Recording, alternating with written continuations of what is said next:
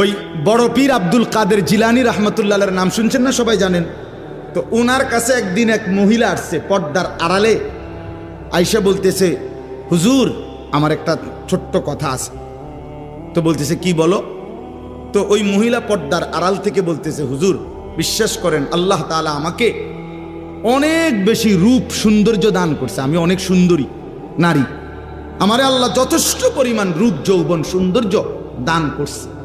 শরীয়তের অনুমতি নাই, এই জন্য আপনারে দেখাইলাম না, কিন্তু মুখে বললাম। কিন্তু হুজুর আমি আসছি একটা তদবিরের জন্য। কি তদবির? আমার স্বামী আমার এত যথেষ্ট রূপ সৌন্দর্য থাকার পরেও আমার স্বামী আমারে বাদ দিয়া অন্য মহিলার দিকে নজর দেয়, সম্পর্ক পরকিয়া, আমি এটা সহ্য করতে পারি না, আপনি আমারে কোনো তদবির থাকলে দেন। এই বড় পীর আব্দুল কাদের জিলানী রহমতুল্লাহ একটা চিৎকার দিয়া বেহুশ হয়ে গেছে।